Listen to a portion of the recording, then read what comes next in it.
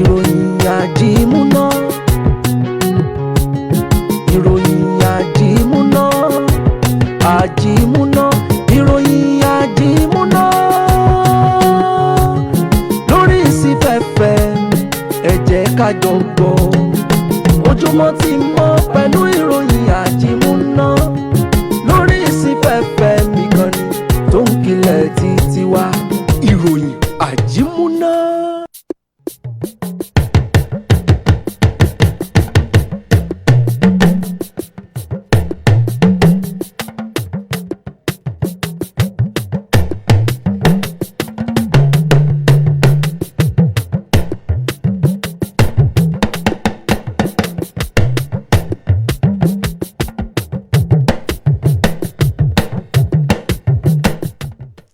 Ìròyìn àjímúná.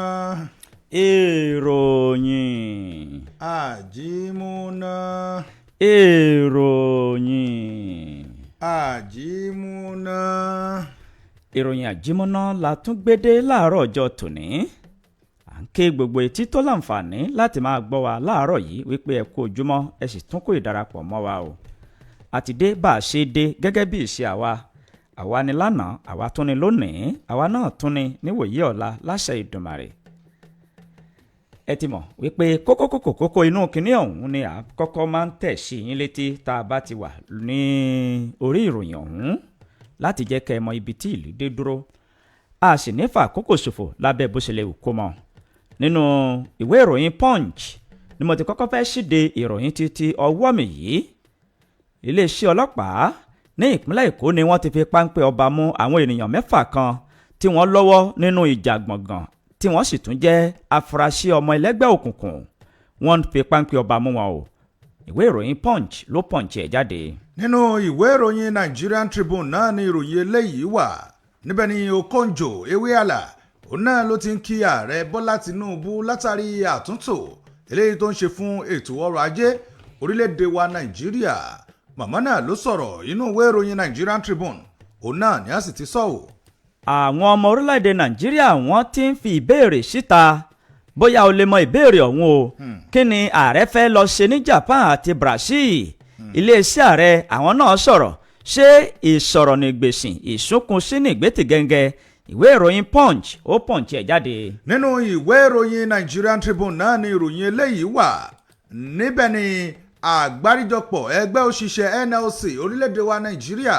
ní ẹ ti ń ṣe kìlọ̀kìlọ̀ fún ìṣèjọba àpapọ̀ orílẹ̀-èdè Nàìjíríà wípé à ń fún yín lọ́jọ́ 7 péré kẹ́ ẹ fi wá ojútùú sí táwọn ń béèrè àìjẹ́ bẹ́ẹ̀ kí ni àwọn ogun lè ìyanṣẹ́lódì. Ìwé ìròyìn Nigerian Tribune òun náà ló kọ. Nínú ìwé ìròyìn Punch ni mo ti rí ìròyìn títí ọwọ́ mi yìí kọ́lọ́run má jẹ́ kí ọmọ tá a bí kó ṣe ikú pa wá o. Àwọn àgbà ní ọmọ inú ọká ní ṣe ikú pọ̀ká. Bẹ́ẹ̀ ni ọmọ inú èrè ní máa ń ṣe ikú pèrè. Ọmọkùnrin kan rèé tó ṣe ikú pa bàbá rẹ̀ ní ìpínlẹ̀ Imo nítorí ìjà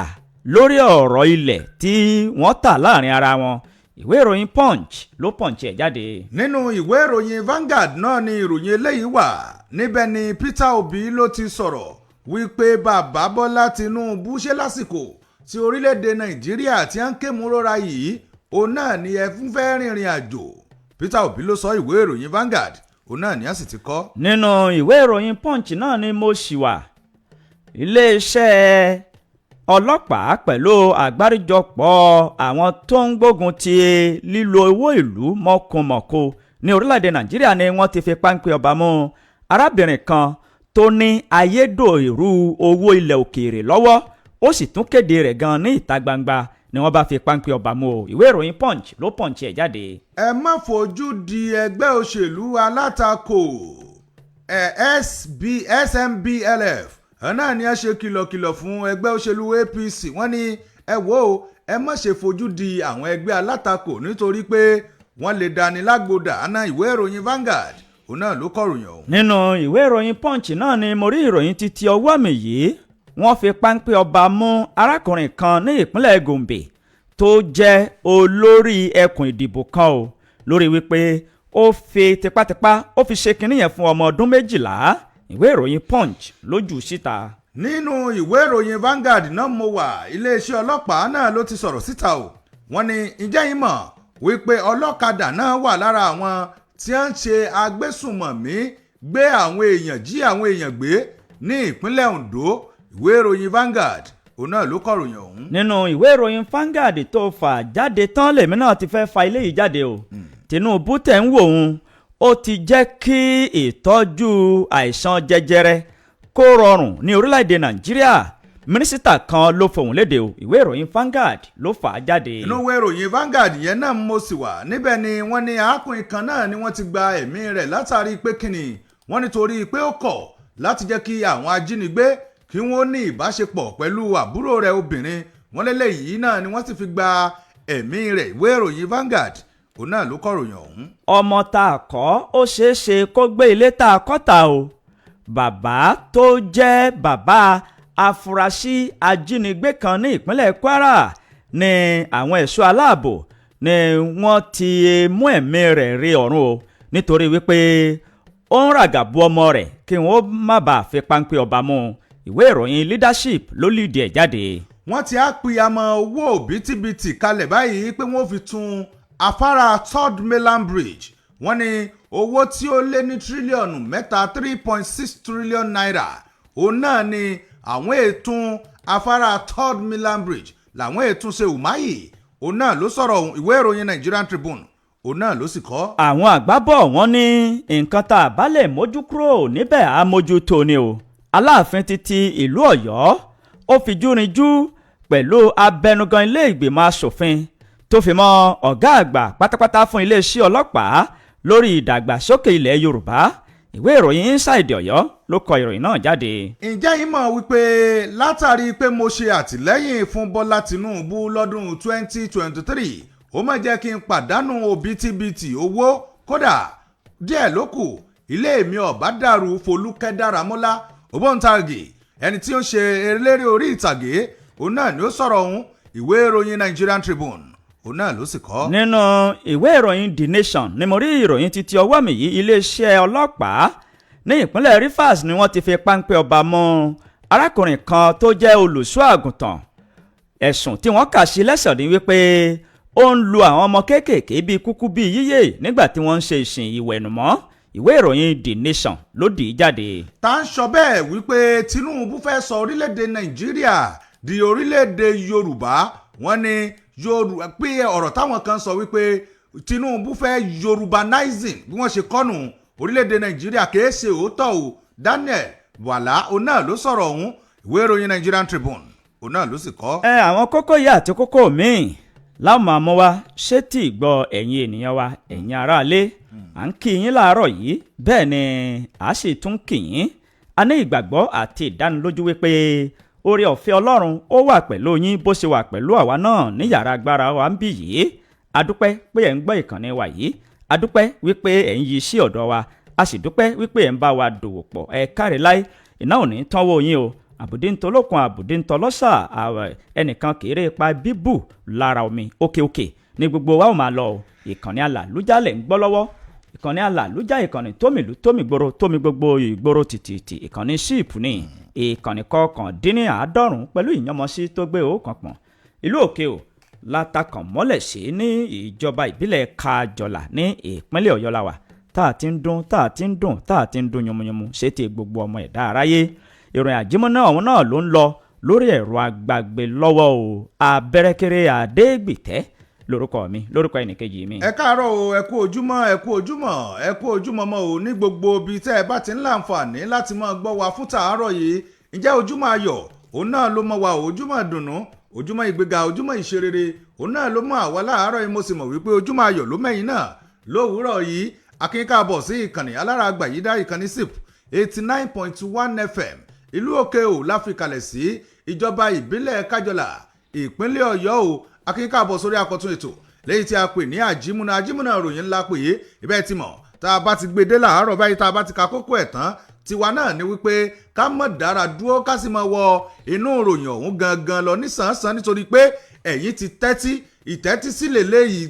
ẹ̀yin náà gbọ́n tá à ń sọ ìtẹ́tí sí lélẹ́yìí kẹ́yìn náà kẹ́ ẹ gbọ́ ìròyìn tá a fẹ́ kà ìròyìn eléyìí tá a bá ti á wá kà òun náà ní kẹ́yìn ọ́ tẹ́tí sí tá a bá sì ti kà òun ní kẹ́ ẹ dá sí tásìkò bá tó Ọlánrewájú Álímì ló kọ tèmi o ẹ kú kalẹ̀. ẹ kú kalẹ̀ gbogbo etí tó ń gbọ́ wa a ti gbé kinní ọ̀hún a sì ti sísọ lójú rẹ̀ báyìí ká máa bo kó di olóbòǹtòrò. nínú ìwé ìròyìn Punch ni mo ti kọ́kọ́ fẹ́ ṣíde ìròyìn títí ọwọ́ mi yìí iléeṣẹ́ ọlọ́pàá ní ìpínlẹ̀ Èkó ni wọ́n ti fi páńpẹ́ ọba mú àwọn ènìyàn 6 kan o lórí wípé wọ́n lọ́wọ́ nínú ìjà bẹ́ẹ̀ ni wọ́n jẹ́ ọmọ afurasí ẹlẹ́gbẹ́ òkùnkùn iléeṣẹ́ ọlọ́pàá ní ìpínlẹ̀ Èkó wọ́n fi páńpẹ́ ọba mú àwọn ènìyàn 6 kan tí wọ́n kẹ́fín wípé wọ́n lọ́wọ́ nínú ìjà bẹ́ẹ̀ ni wọ́n tún ṣe ikú pa arákùnrin kan tí wọ́n pe orúkọ rẹ̀ ní Kàmọ́rù ẹni tí ìnagijẹ rẹ̀ ń jẹ́ Kípà níbi ìjàgbọ̀ngàn kan tó wáyé ní Èbúté Mẹ́ta ní ìpínlẹ̀ Èkó nínú ọ̀rọ̀ tí alukoro iléeṣẹ́ ọlọ́pàá ní ìpínlẹ̀ náà tó fi síta Benjamin Hundeyin òun ló jẹ́ kí ọ̀rọ̀ yìí kó di mímọ̀ fún àwọn oníròyìn wípé àwọn ènìyàn 6 ọ̀hún ni wọ́n jẹ́ afurasí ọmọ ẹlẹ́gbẹ́ òkùnkùn tí wọ́n sì lọ́wọ́ nínú ìṣẹ̀lẹ̀ ìṣekúpa arákùnrin Kàmọ́rù gẹ́gẹ́ bó ṣe wí orúkọ wọn rèé ní ṣísẹ̀ntẹ̀lé ó ní ẹnì kíní a máa jẹ́ Raphael Azim ẹni 30 ọdún Wasiu Kamor ẹni ọdún 23 Sodiq Ọlábísí ẹni 40 ọdún Ọlámilékan Olúwatóyìn ẹni ọdún 27 Ọlálékan Olúgbòdì ẹni ọdún 54 àti Ibrahim Ọládìméjì ẹni ọdún 22 gẹ́gẹ́ bí ọ̀rọ̀ rẹ̀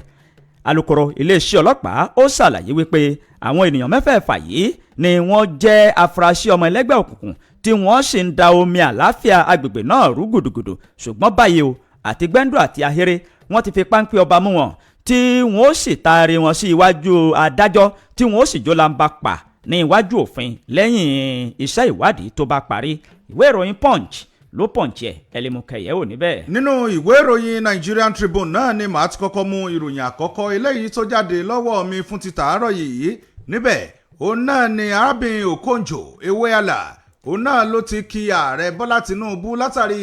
ìgbésẹ̀ akin eléyìí tó ń gbé láti jẹ́ kí ètò ọrọ̀ ajé orílẹ̀-èdè Nàìjíríà kó wẹ̀wù ọ̀tun arábìnrin tí ó jẹ́ adarí World Trade Organization WTO dókítà Ngozi Okonjo Iweala òun náà ló mọ̀ ti sọ̀rọ̀ tó sì kọrin re kí ààrẹ Bọ́lá Tinubu àti ìṣèjọba wọn látàrí bí wọ́n ṣe ń jẹ́ kí ètò ọrọ̀ ajé orílẹ̀-èdè Nàìjíríà kó máa lọ bó ṣe yẹ ó lọ tí wọ́n sì ti ń gbé ìgbésẹ̀ láti jẹ́ kí ó wẹ̀wù ọ̀tun Okonjo òun náà ló sọ̀rọ̀ ní àná Ọjọ́bọ̀ nígbà tó ṣe ìpàdé ráńpẹ́ pẹ̀lú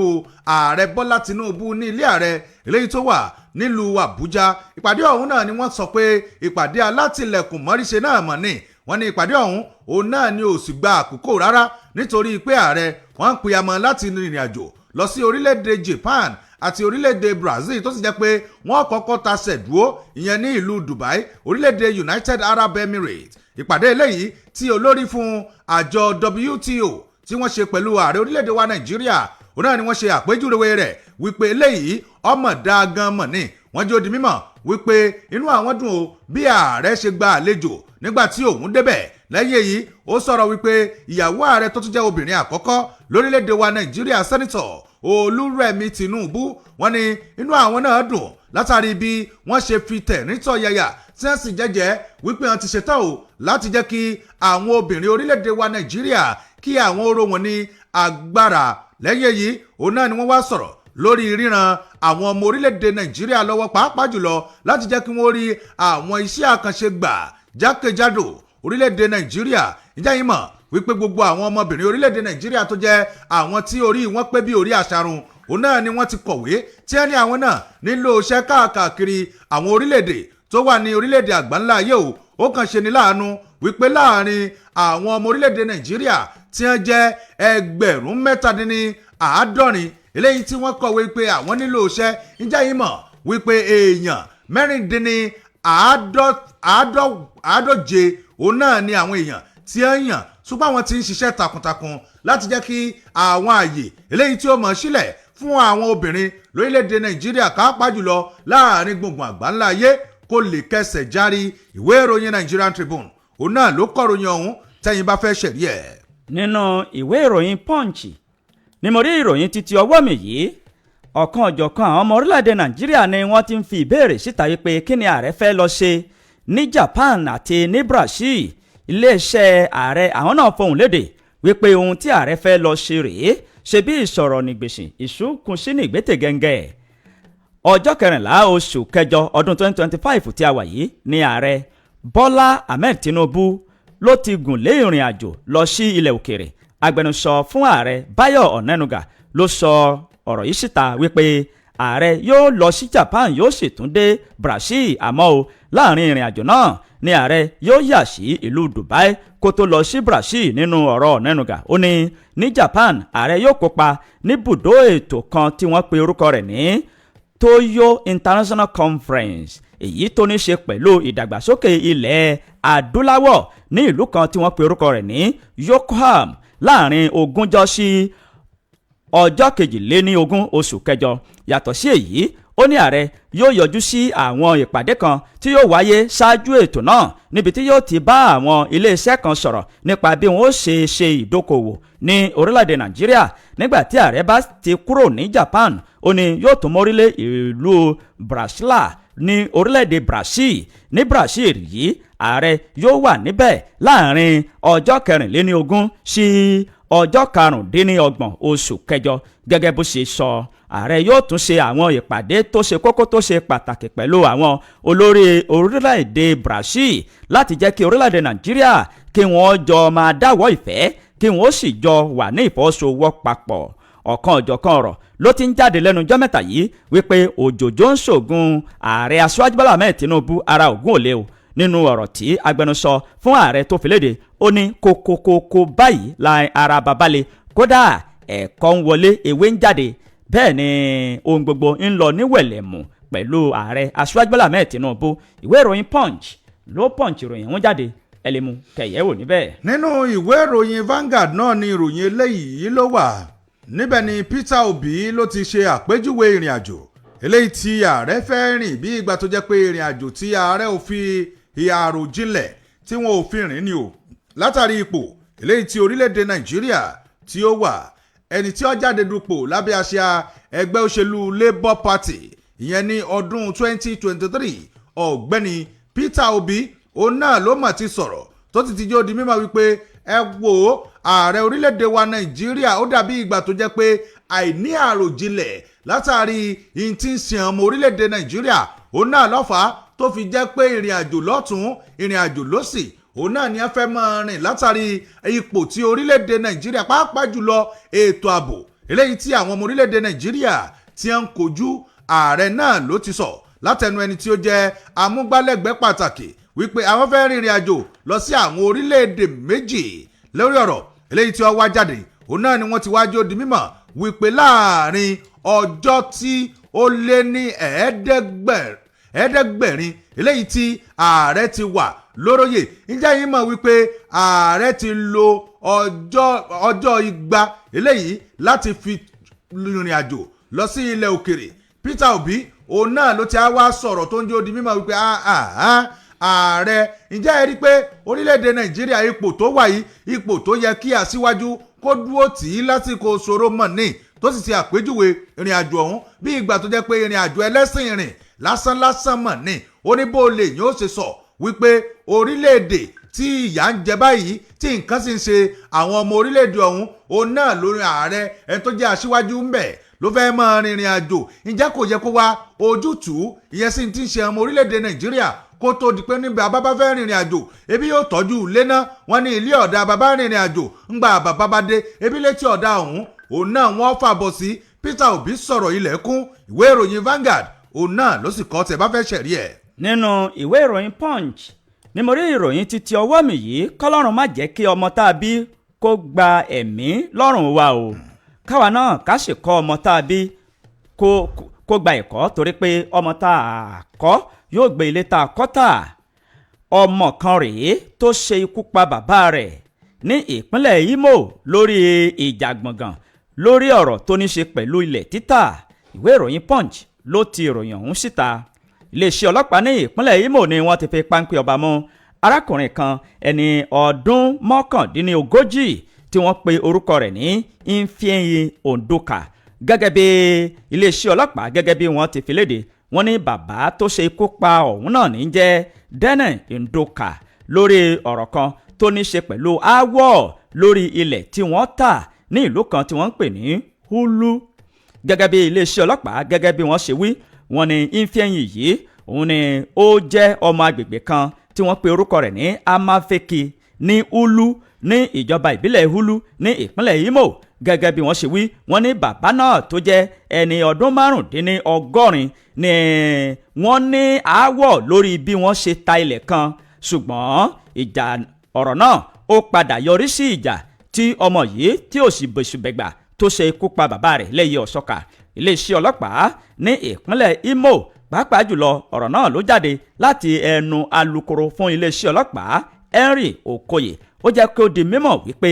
iléeṣẹ́ ọlọ́pàá àwọn ti fi páńpẹ́ ọba mú arákùnrin náà tí àwọn sì ti tì í mọ́ gbaga báyìí lórí ìṣẹ̀lẹ̀ tó ṣẹlẹ̀ tí ọmọ tó fi ṣe ikú pa bàbá rẹ̀, torí wípé ó ti ta ṣe àgẹ̀rẹ̀, bẹ́ẹ̀ ni ó ti lu òfin ìjọba, yóò sì jólamba pa ní iwájú òfin. Ìwé ìròyìn Punch ló Punch ẹ̀ jáde, ẹ lè mú kẹyẹ wò níbẹ̀. nínú ìwé ìròyìn Nigerian Tribune náà ni ìròyìn eléyìí ló wà. Níbẹ̀ ni àgbáríjọpọ̀ àwọn ẹgbẹ́ òṣìṣẹ́ lórílẹ̀‐èdè wa Nàìjíríà ni ẹ ti ń ṣe kìlọ̀kìlọ̀ ìyẹn fún ìṣèjọba orílẹ̀‐èdè Nàìjíríà wípé à ń fún ọ ní ọjọ́ 7 péré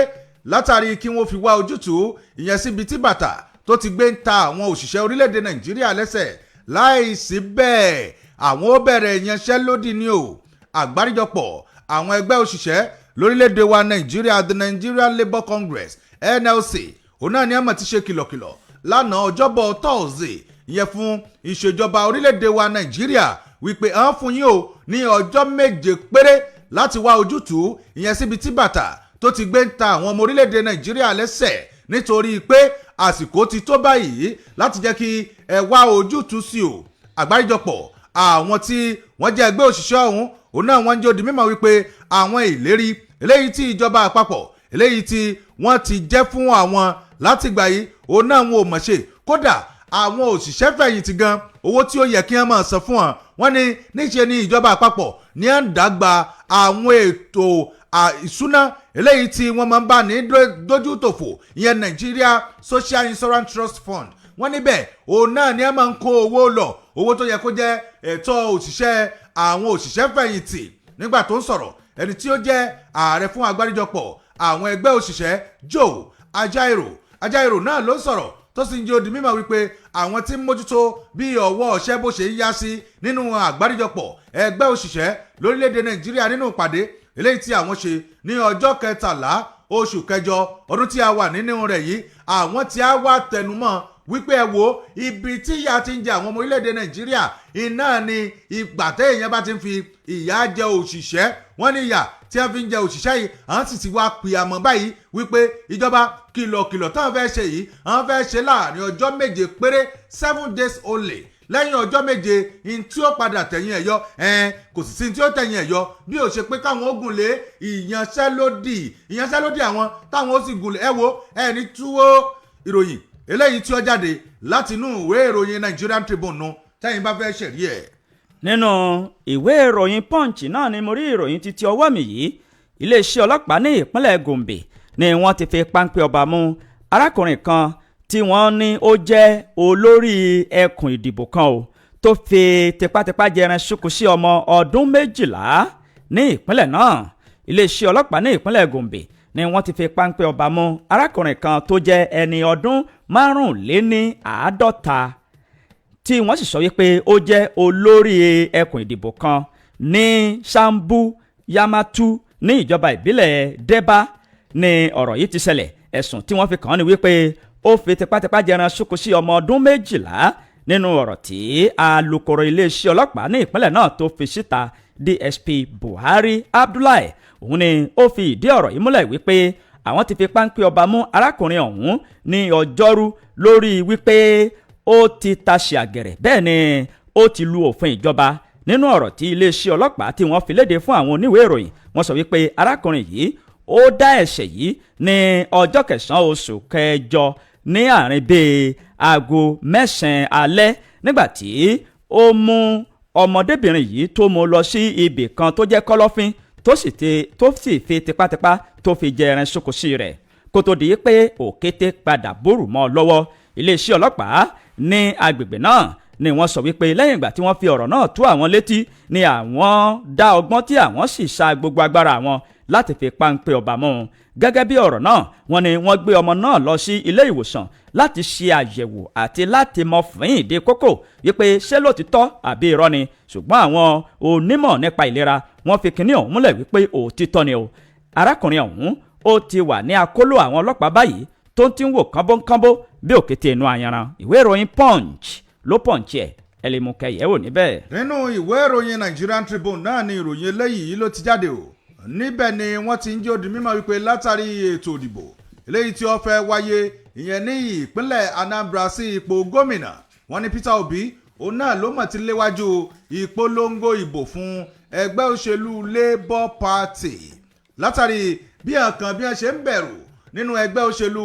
Labour Party. Náà ni ẹni tí ó ti fi ìgbà kan rí jáde dupò lábẹ́ àsíá náà gẹ́gẹ́ bí ààrẹ lórílẹ̀‐èdè wa Nàìjíríà, ọ̀gbẹ́ni Peter Obi òun náà ló mọ̀ tí yóò di mímọ̀ wípé òun ń ṣe àtìlẹ́yìn fún ẹgbẹ́ òṣèlú Labour Party. Wọ́n nítorí odò tó bá gbàgbé orísun rẹ̀ odò náà ó padà gbẹmọ̀ ní. Nígbà tó ń sọ̀rọ̀ wọ́n jẹ́ ó di mímọ̀ wípé lẹ́yìn ìgbà tí Peter Obi ti kéde yanyayanya wípé ẹgbẹ́ òṣèlú African Democratic Congress òun náà ni òun máa ń bá lọ, òun náà ni ọ̀rọ̀ òun ti á wá jáde látẹnu ẹni tí ó ti fi ìgbà kan rí jáde dupò lábẹ́ àṣẹ ẹgbẹ́ òṣèlú Labour Party ọ̀hún gẹ́gẹ́ bí gómìnà olóyè George Moghalu ló ń jẹ́ ó di mímọ̀ wípé látàrí bí ètò òdìbò bó ṣe ń bọ̀ ìyẹn ní ọdún 2025 ní ọjọ́ kẹjọ oṣù kọkànlá, ẹni tí ó wá fẹ́ jáde dupò lábẹ́ àṣẹ ẹgbẹ́ òṣèlú ADC ọ̀hún George Moghalu òun náà ló ń jẹ́ ó di mímọ̀ wípé ẹ dákun o, nígbà tí Peter Obi tó ti á wá ń darapọ̀ mọ́ ẹgbẹ́ òṣèlú Labour Party níbi ìpolongo ìbò báyìí tẹ́yìn ọ̀bá sì gbàgbé tẹ́ ẹ bá rántí tẹ́ ẹ bá gbàgbé ẹ rántí pé láàrin ọ̀sẹ̀ tó lọ òun náà ni Peter Obi ló tún yọjú sí ibi tí àwọn ẹgbẹ́ òṣèlú ADC tí wọ́n ti ń polongo ìbò ìyẹn fún ẹni tí ó jáde dupò ìyẹn sí ipò eléyìí tí ó ṣòfò ní ilé ìgbìmọ̀ aṣòfin orílẹ̀-èdè wa Nàìjíríà ìyẹn Onitsha North. Wọ́n ní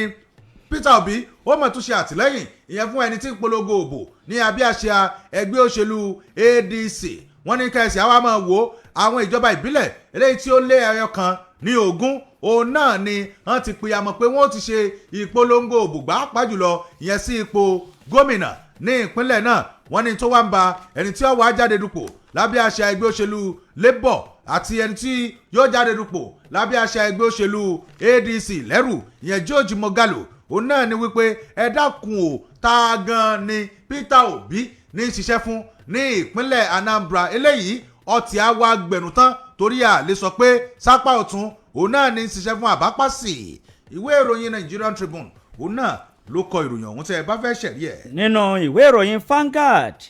ni mo ti rí ìròyìn títí ọwọ́ mi yìí tó ń ṣàlàyé pẹ̀lẹ́kùtù wípé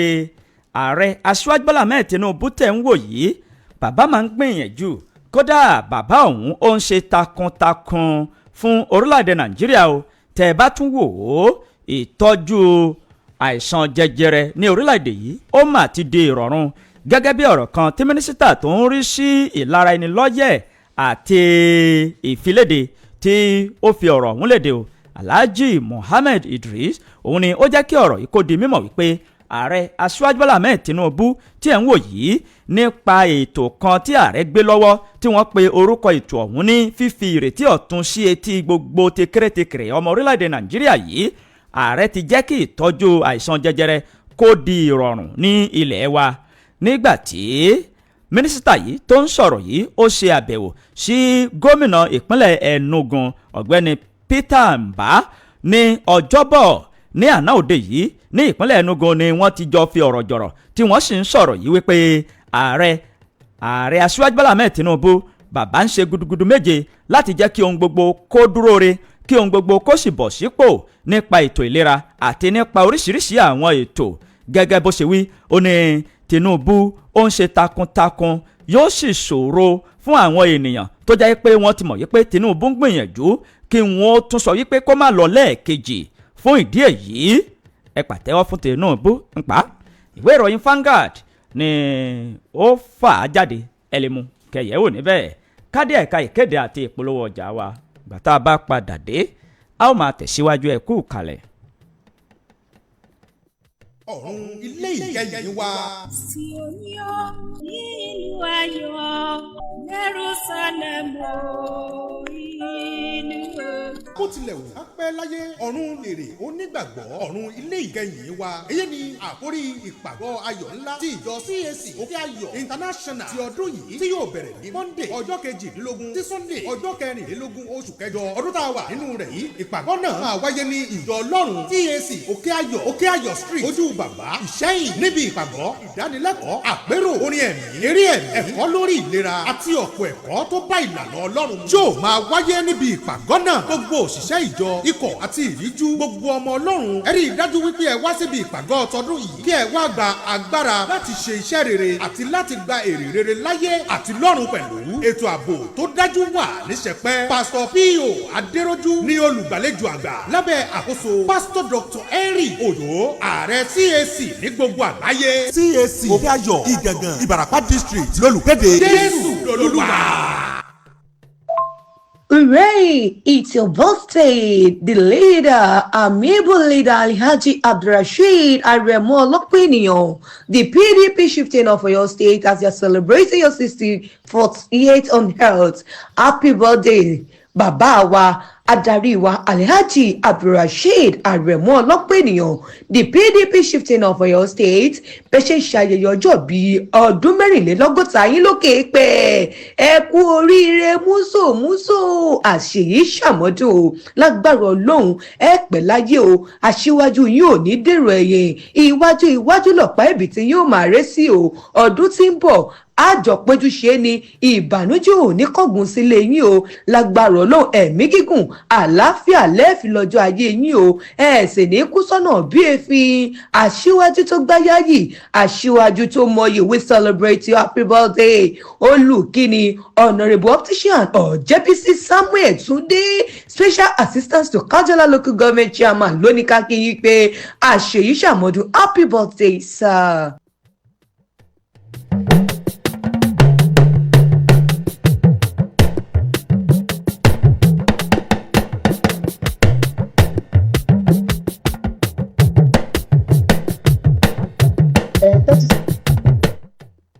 sí ìkéde pàtàkì yìí èyí ni ìkéde tí ó wá láti ọ̀dọ̀ baálẹ̀ olókùtàká baálẹ̀ Ibrahim Adéríbigbé Adélọ́dún tí wọ́n fi tìfẹ́tìfẹ́ pè tolórí àtẹlẹ̀mù pàápàá jùlọ àwọn ọmọ bíbí òkútàká nílẹ̀ yìí àti lókè òkun síbi ayẹyẹ ọdún kẹta gbígba oyè baálẹ̀ ìgbéyàwó àti ìkómọjáde eléyìí tí ó wáyé ní 30 ọjọ́ oṣù kẹjọ ọdún tí a wà nínú rẹ̀ yìí. Ìgànnà Town Hall ni ayẹyẹ náà yóò ti wáyé ní dédé aago 10 òwúrọ̀ ni ayẹyẹ náà ó bẹ̀rẹ̀. Baálẹ̀ Ibrahim Adéríbigbé Adélọ́dún wọ́n wá fi àsìkò yìí rọ gbogbo ọmọ òkútàká nílẹ̀ yìí àti lókè òkun láti wá darapọ̀ láti ṣe ọdún kẹta lórí oyè ìgbéyàwó àti ìkómọjáde. Ọjọ́ ayọ̀ làwa náà ó gbà ó. Àmín.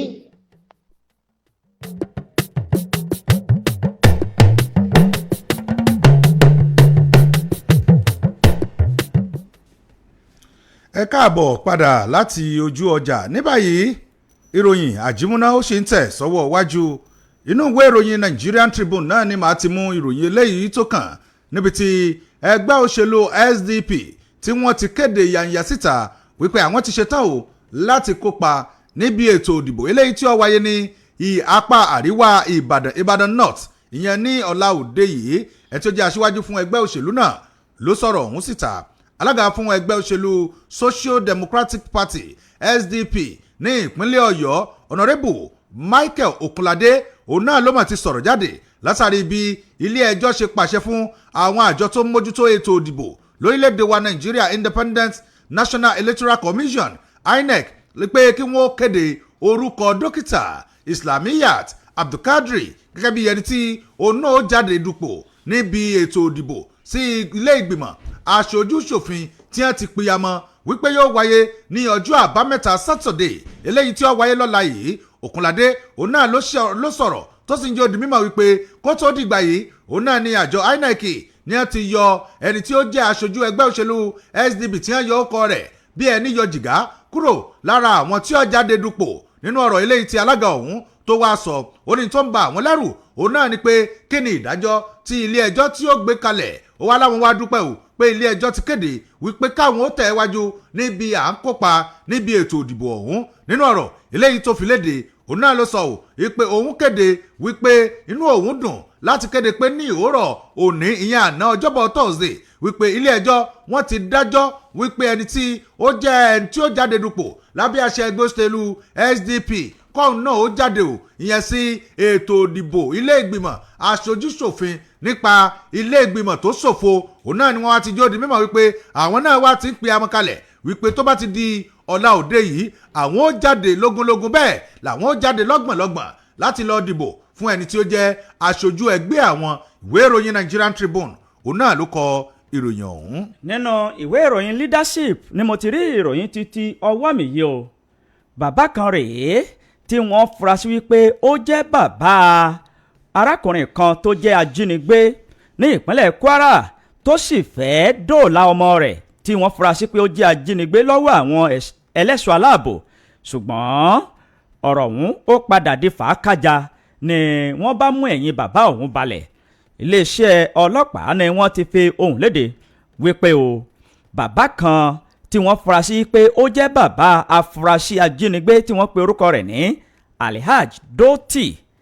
ní ọjọ́ ìṣẹ́gun ni wọ́n sọ wípé wọ́n jọ tàpóró gan pẹ̀lú àwọn ẹ̀ṣọ́ aláàbò fìjìláńtẹ́ ní ìpínlẹ̀ náà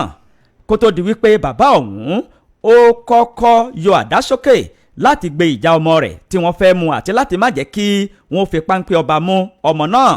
tí wọ́n pe orúkọ rẹ̀ ní Bello Doti ní ọwọ́ àwọn ọdẹ ìbílẹ̀ àti àwọn fìjìláńtẹ́. gẹ́gẹ́ bí ọ̀rọ̀ kan tí ẹni tí ìṣẹ̀lẹ̀ náà ṣojú rẹ̀ gẹ́gẹ́ bó ṣe wí ó sọ wípé bàbá òun gan ló kọ́kọ́ na àdá sókè láti fi ṣe ìjàmbá fún àwọn ẹ̀ṣọ́ aláàbò tí wọ́n fẹ́ mú arákùnrin ọ̀hún. ṣùgbọ́n ìgbà tí ọ̀rọ̀ ọ̀hún tó di fàákájà láàrin ara wọn ni ìró ìbọn bá dún lára arákùnrin tó jẹ́ bàbá ọ̀hún. gẹ́gẹ́ bí iléeṣẹ́ ọlọ́pàá ní ìpínlẹ̀ náà gẹ́gẹ́ bí wọ́n ṣe fi ìdí rẹ̀ múlẹ̀ wọ́n ti ṣàlàyé wípé àwọn ti fi páńpẹ́ ọba mú ọmọ ọ̀hún tí bàbá rẹ̀ tó sì ti gba ìkúrújẹ lọ́wọ́ ẹ̀ bọ́ra. ẹni tó jẹ́ agbẹnusọ fún iléeṣẹ́ ọlọ́pàá ní ìpínlẹ̀ Kwara Tóun Èjìrẹ́ Adéyẹmí òun ni ó fi ìdí ìròyìn yìí múlẹ̀ fún àwọn oníwèé ìròyìn leadership kó tó di pé wọ́n ti jáde tèmi náà sì ń kà sí yín létí ẹlẹ́fẹ́sẹ̀rí rẹ̀ ẹ̀kúnrẹ́rẹ́ rẹ̀ ń bẹ nínú ìwé ìròyìn leadership tó jáde láàárọ̀ yìí. nínú ìwé ìròyìn Nigerian Tribune náà ni mo sì wà níbẹ̀ ni Daniel Wàlá náà ló ti sọ̀rọ̀ tó ti ń jẹ́ di mímọ̀ wípé ẹ wo ọ̀rọ̀ eléyìí tí àwọn èèyàn kan sọ nípa ààrẹ Bọ́lá Tinubu wípé ó ti fẹ́ sọ orílẹ̀-èdè Nàìjíríà di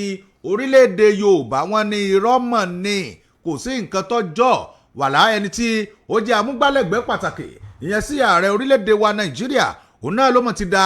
ìròyìn burúkú kanù eléyìí tí àwọn kan ti ń gbé káàkiri wípé níṣe ni ààrẹ orílẹ̀-èdè Nàìjíríà ti fẹ́ Yorubanizing orílẹ̀-èdè yìí tó ti á fẹ́ sọ di ìpè orílẹ̀-èdè Yorùbá tí Yorùbá ń tukọ̀ rẹ̀ wọ́n ní ìrọ́mọ̀ ni ó ní gbogbo ọ̀rọ̀ ọ̀hún ọ̀rọ̀ tí ò lẹ́sẹ̀ ńlẹ̀ tí àwọn kan tí wọ́n ti ń gbé kí lórí rédíò eléyìí tí ò ní antenna òun náà mọ̀ ní nígbà tó ń sọ̀rọ̀ níbi ìfọ̀rọ̀wánilẹ́nuwò eléyìí tí wọ́n ti fi ọ̀rọ̀ wá lẹ́nu wò ní ojú òpó móhùnmáwòrán kan níbẹ̀ náà ló ti sọ̀rọ̀ tó ti ṣe àpèjúwe ẹni tí ó ti fi ìgbà kan rí jẹ́ akọ̀wé àgbà sí ìjọba orílẹ̀-èdè wa Nàìjíríà Babachir Lawal ó ní ọ̀rọ̀ tí Babachir Lawal eléyìí tó sọ yìí ó ní ọ̀rọ̀ tara rẹ̀ tó sì sọ sí àpò ara rẹ̀ ni ó ní bẹ́ẹ̀ ṣe ń wọ́hùn ẹ̀gbọ́n àwọn mọ̀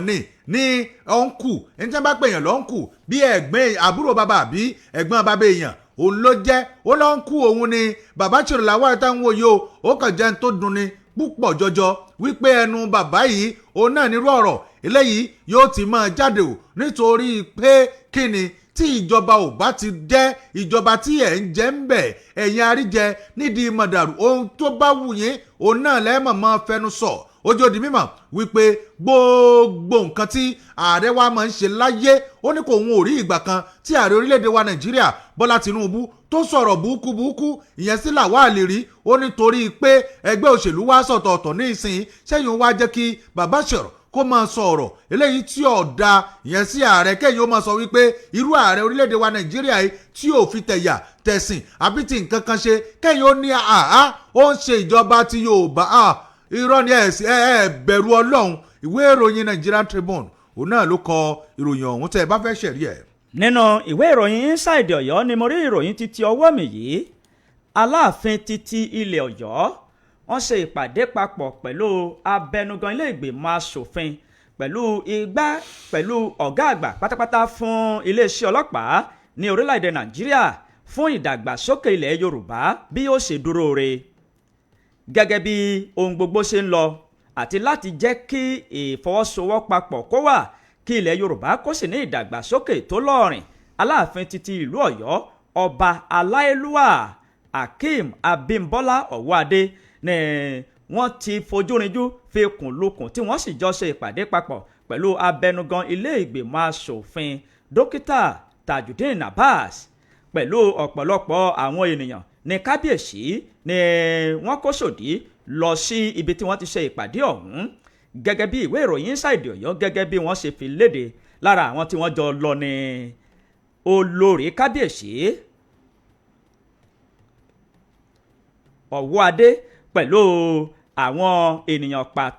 pàtàkì tí wọ́n jọ lọ. Lára wọn láti rí ọmọ ilé ìgbìmọ̀ asòfin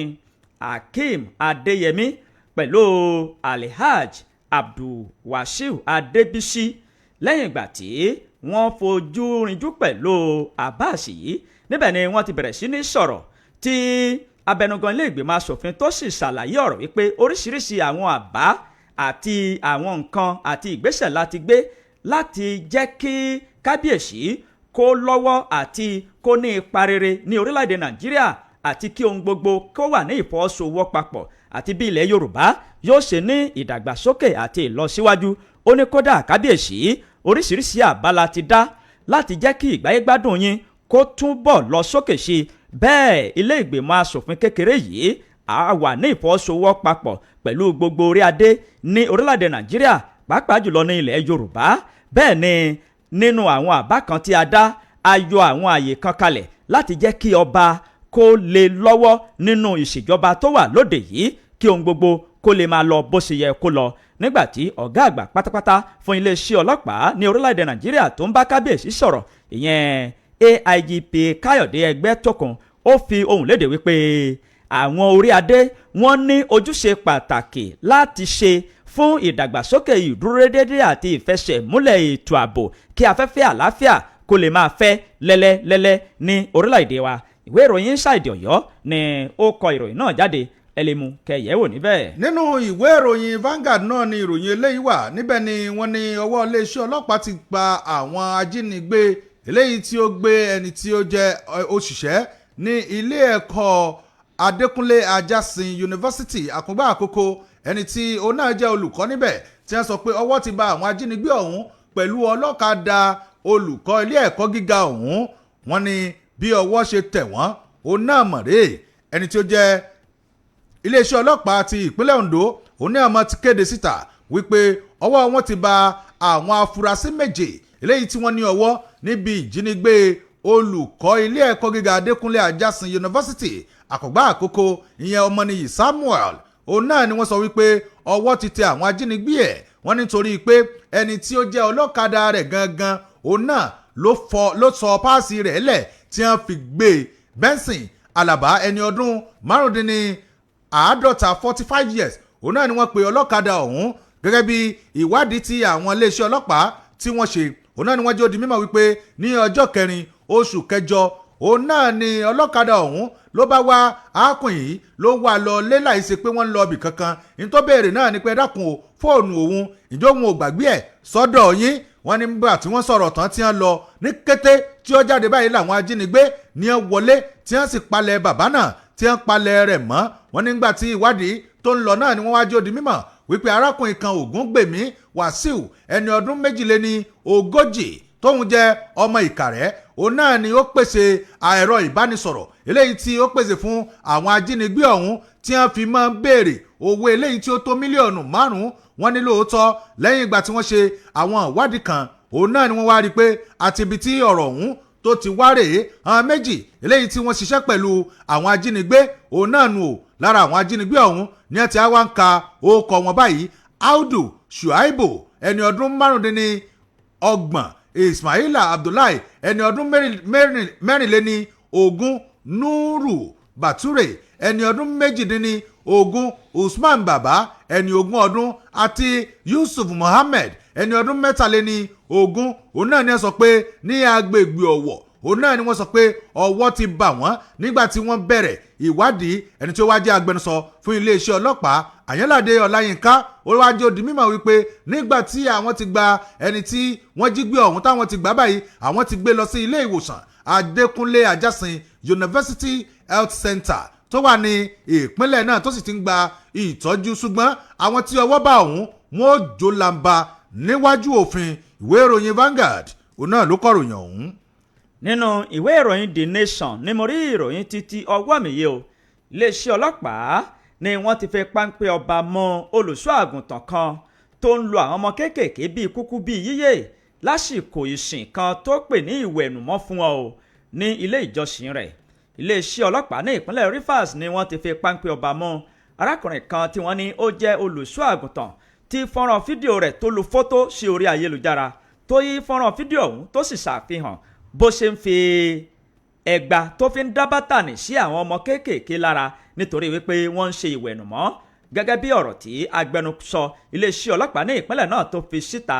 SP Grace, ó jẹ́ kó di mímọ̀ wípé olùṣọ́ àgùntàn ọ̀hún ni wọ́n pe orúkọ rẹ̀ ní Fedora Onyembore ni ó jẹ́ ẹni ọdún 39. Nínú àtẹ̀jáde náà tí agbẹnusọ iléeṣẹ́ ọlọ́pàá fi síta, wọ́n sọ wípé fọ́nrán fídíò rẹ̀ ló lu sórí ayélujára. Nínú fọ́nrán fídíò ọ̀hún ló sì ti ń sọ wípé òun ń ṣe ìwẹ̀nùmọ́ fún wọn láti lé gbogbo ẹ̀mí èṣù jáde lára wọn gẹ́gẹ́ bí ìdaríṣi ẹ̀mí mímọ́. Gẹ́gẹ́ bí ìròyìn náà bó ṣe ń jábọ̀ rẹ̀, wọ́n ṣàlàyé wípé oríṣiríṣi àwọn ènìyàn ni wọ́n ti ń sọ ọ̀rọ̀. Ìdí rèé tí àwọn abẹ́níìmọ̀ àti àwọn ọ̀jìnmí nínú iṣẹ́ ìwádìí nínú iṣẹ́ ọlọ́pàá ni wọ́n fi tẹkọ̀ létí láti fi páńpẹ́ ọba mú arákùnrin náà. Nínú ọ̀rọ̀ rẹ̀ ó ní iṣẹ́ ìwádìí ń lọ lọ́wọ́lọ́wọ́ báyìí láti mọ gbogbo nǹkan tó fà á tó fi ṣe irú ìgbésẹ̀ báyìí. Lẹ́yìn ọ̀rẹ́yìn gbogbo ọmọ orílẹ̀-èdè Nàìjíríà wọn ò gbọ́ ibi tí ọ̀rọ̀ wọn bá dé dúró. Ìwé ìròyìn The Nation ló dé ìròyìn náà jáde, ẹ lè mú kẹyẹ̀wò níbẹ̀. Nínú ìwé ìròyìn Vanguard náà ni ìròyìn eléyìí ló wà. Níbẹ̀ ni wọ́n ti jẹ́ ó di mímọ̀ wípé níṣe ni àwọn ajínigbé ni wọ́n ti gba ẹ̀mí ọ̀dọ́mọkùnrin kan látàrí pé kíni ó ní kò gbà kí wọ́n ṣe àwọn àǹtí rẹ̀ mọ̀kùmọ̀kù àtàbúrò rẹ̀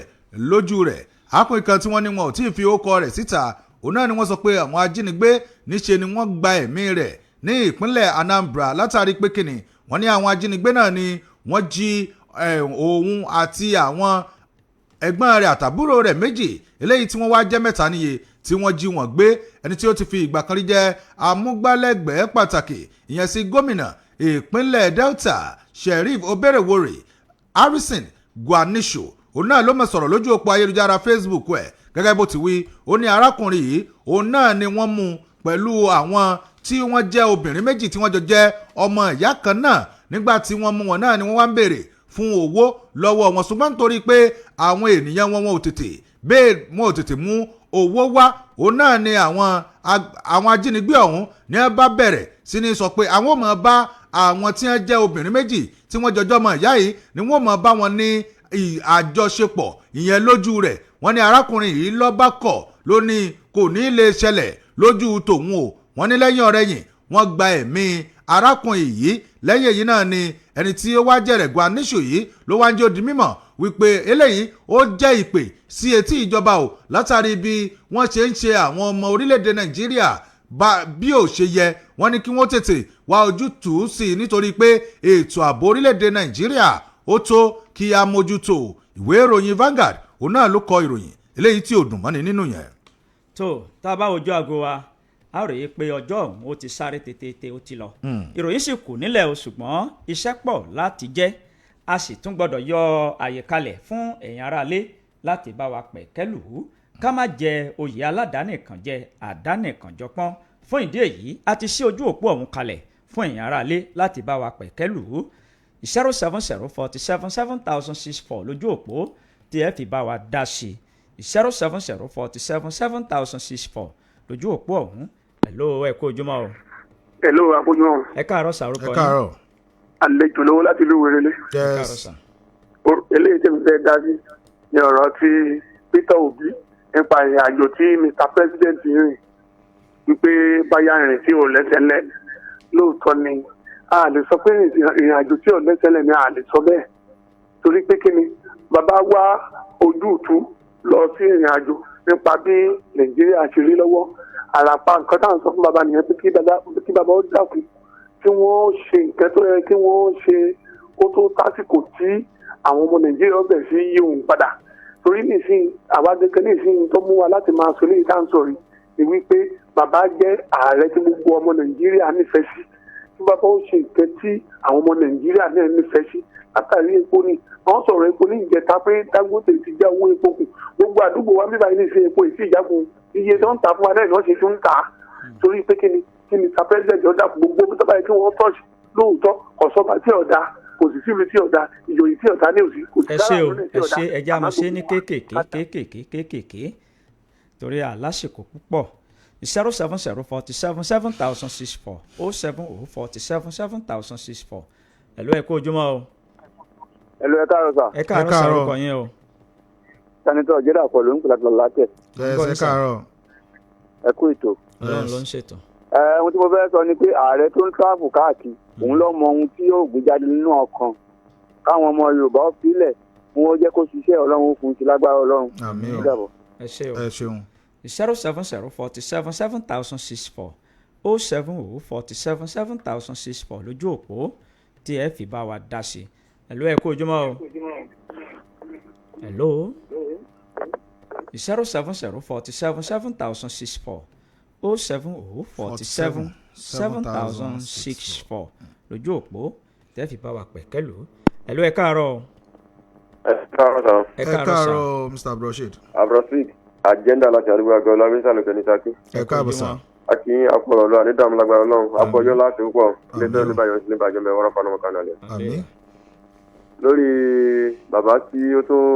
pé àdánù ẹ̀mí ara rẹ̀ látara pé àwọn agbófinró mú ọmọ rẹ̀ lórí pé ó ń jiyàn gbé tó arọ àwọn òbí nílé a máa ń sọ ẹ dákun torí Ọlọ́run tọ́mọ bá hùwà ìbàjẹ́ àti kékeré ní ká ti gbà á lọ́wọ́ ẹ̀ tó ọmọ òun ìwà ìbàjẹ́ padà máa la ó bẹ̀rẹ̀ sí hùwà tí ò da àwọn agbófinró tó wá mú tó wá lọ kó dojú pààkùn táwọn òun ló pé ẹ wá wò ní ìsìn náà lọ́wọ́ ti pé bàbá ti lọ ní ìsìn ọmọ sì wà lókè ìkẹ́ arọ àwọn agbófinró arọ ìjọba orílẹ̀-èdè Nàìjíríà kí wọ́n dákun torí Ọlọ́run tó ń ṣiṣẹ́ gẹ́gẹ́ bí iṣẹ́ ni o wọ́n mọ̀ jẹ́ pé wọ́n wá pé bóyá àwọn ẹni ẹ̀ lọ́dà pé bóyá àwọn agbófinró ti ṣe wọn gẹ́gẹ́ bí iṣẹ́ wọ́n á rí pé bóyá bí àwọn máa dá wọn ní ẹjọ́ ẹ̀bí arọ Ọlọ́run kan dákun kí wọ́n kí sí àárín yẹn wọ́n mọ̀ jẹ́ pé wàhálà padà ṣẹlẹ̀ níbẹ̀ yẹn kí wọ́n dákun torí Ọlọ́run àbẹ̀wò lórúkọ Ọlọ́run àbá Tinubu Ọlọ́run bá sọ́pàdé wa láàtọ̀ láfíà káàmọ̀ fàdúrà káàmọ̀ fi ràn wọ́n lọ Ọlọ́run láti yọrí akẹ́kọ̀ọ́sẹ́. ẹ ṣé ó dá ẹ ṣeun. 07047777064 07047777064 ìpè ẹyọ kan àbí méjì náà ló kù báyìí ẹ lóò. ẹ káàárọ̀ sà. ẹ káàárọ̀. Oríyọmí. ọ̀rọ̀ ajá ìrò ẹ̀ lèmi fẹ́ dá sí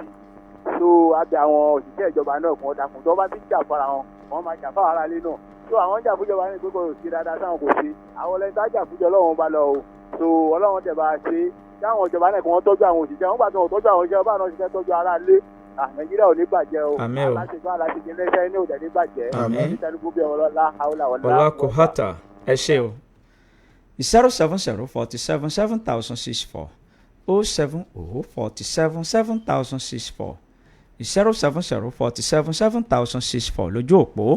tí ẹ fi bá wa pẹ̀kẹ́ lò ó ní pápápá ẹ̀lú ẹ káàárọ̀ o. ẹ̀lú ẹ káàárọ̀. ẹ káàárọ̀ sà. orúkọ yín bẹ̀rẹ̀ tí ń pè. Mr. Abioye ìjọ láti oríta. ẹ káàárọ̀ sà. mo kì í èyí tí mo fẹ́ pẹ̀kẹ́ ló ń bẹ̀ ni ti àwọn ajínigbé yẹn lórí pé bóyá wọ́n jí ọmọ gbé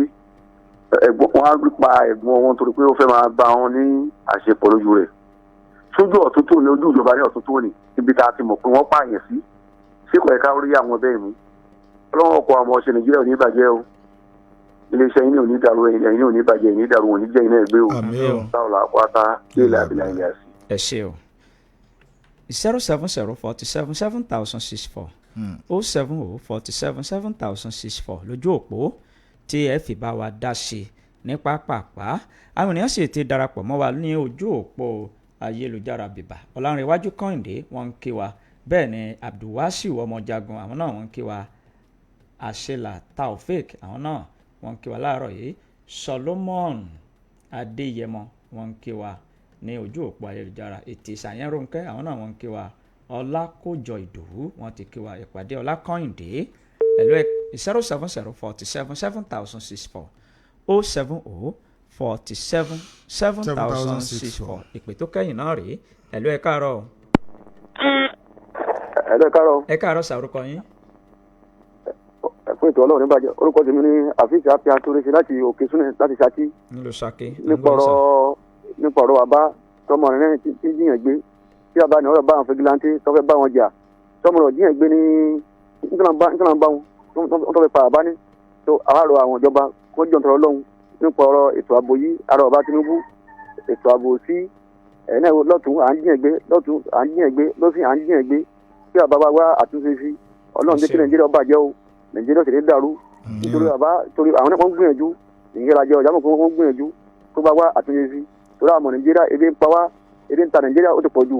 wọ́n ṣàánú wa o epo kò wálẹ̀ gbẹ̀nà kò wálẹ̀ tí bàbá jọ àtúnṣe sí o kò ní bàjẹ́ o. orúkọ tèmi náà àfíìsì àpíà àtúnṣe láti òkè súnẹ̀ láti Ṣakí. àfíìsì àpíà àtúnṣe ẹ ṣé o Akíntúndé Sulaiman wọ́n kí wa láàárọ̀ yìí Wahab àwọn náà wọ́n ń kí wa ní ojú òpó ayélujára ẹ ṣeun tí ẹ̀ ń gbọ́ wa ẹ ṣeun tí ẹ̀ ń wò wá káàkiri ibi tí afẹ́fẹ́ ìkànnì yìí bá ń fẹ́ dé ká bomila díẹ̀ ní kékeré. SIP 89.1 FM. ojúlówó ohun tó yọnu ìdodo nídajì ara SIP 89.1 FM ní gbogbo ènìyàn ń polówó ọjà tí wọ́n fi ń jèrè rẹpẹtẹ olókoòwò ńlá olókoòwò kéékèèké ẹ máa bọ̀ ìrọ̀rùn ló bá dé lọ́dọ̀ tiwa èrè lobìnrin ń jẹ lábọ̀ ọjà ẹ bá wa dòwò pọ̀ kẹ́ ẹ jèrè rẹpẹtẹ. rédíò wo ló mi ìlú mi lẹ̀ títí ZIP FM sá lórúkọ rẹ̀ tó jẹ́ owó ọlọ́run ló fi wá ságbà ọ̀jẹ̀ níbi ká ṣètò tó nítumọ̀ àwa ni ìròyìn àsìkò tí ò láfiwé àwa ni àṣà ẹ̀fẹ̀ ìmọ̀ràn tó wà pa àwa ni eré ìdárayá lóríṣiríṣi àwa ni orin àti ìlú tó dùn tó ṣe gbọ́ létí àwa ni ẹ má forí adẹ́tù wétá tí òru láyé olókìtì bí ọbọ̀ òsì nígbò ZIP FM ṣáwáṣá lọ́gà ẹgbẹ́ fún tẹ́bá polówó ọjà yín ní ZIP FM yìí kò dájú wàràwàrà lọ́jà yín má ta ò kò dájú. ZIP FM ló ń milẹ̀ máwọn tí ò yé tí wọn ò mọ̀ tẹ́lẹ̀tẹ́lẹ̀ páwọn aṣàlàgbádé fún o. ZIP FM ló ń milẹ̀ máwọn tí ò yé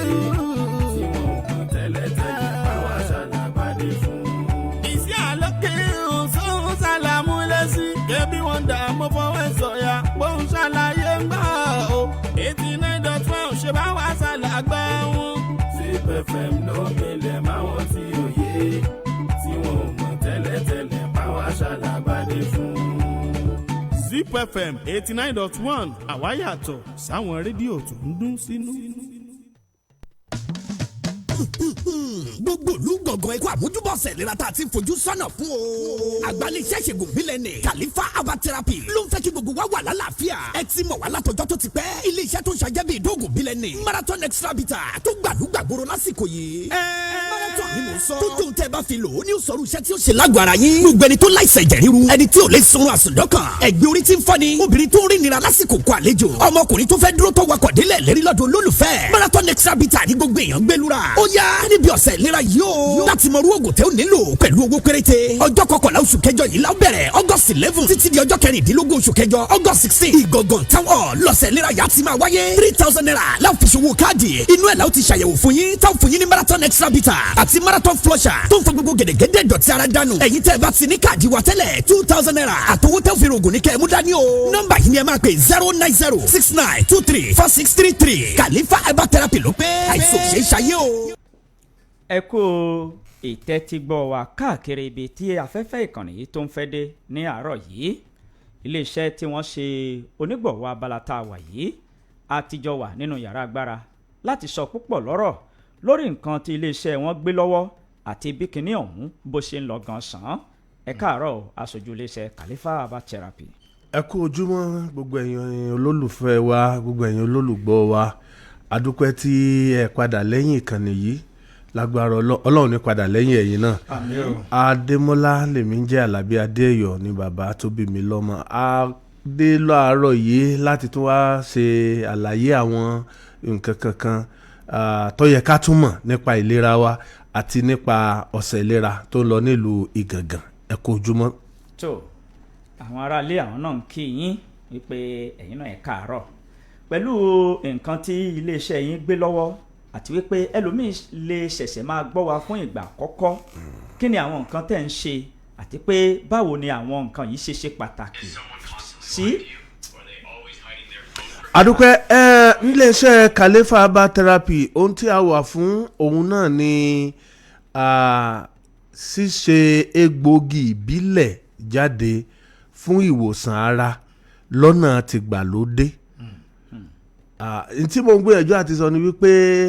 kì í kàn ṣe pé a wa egbògi inú gbó ake sínú ìkòkò làbáṣe náà la sì ń dààmú bẹ́ẹ̀ kọ́. Ó ní ọ̀nà ti ìgbàlódé scientific way ti ìmọ̀ sáyẹ́ǹsì téèyàn gbọ́dọ̀ gbé gbà tí yóò fi lè ṣe àwọn nǹkan tí a lérò pé ó yẹ kó ṣe nínú àgọ́ ara. So eléyìí náà ni iléeṣẹ́ Khalifa ń gbìyànjú láti máa ṣe ní gbogbo ìgbà ní wíwá egbògi tó jẹ́ tìbílẹ̀ láti jẹ́ kó ṣe déédéé pẹ̀lú tòkè òkun láti lè jẹ́ pé táwa náà bá tiẹ̀ kó jáde kúrò lórílẹ̀‐èdè yìí ṣé yóò jẹ́ ìtẹ́wọ́gbà lọ́hùn ṣé tí wọ́n bá lò yóò ṣiṣẹ́. Now ká sì mọ́ gbàgbé wípé egbògi ìbílẹ̀ tí ń bẹ ní China nígbà tí bàbá lọ sí wọ́n travel out láìpẹ́ wọ́n mú egbògi kan bọ̀ nínú egbògi yìí tí wọ́n mú bọ̀ ó jẹ́ egbògi táwọn gbà ní kàkàyàn lọ́hùn wípé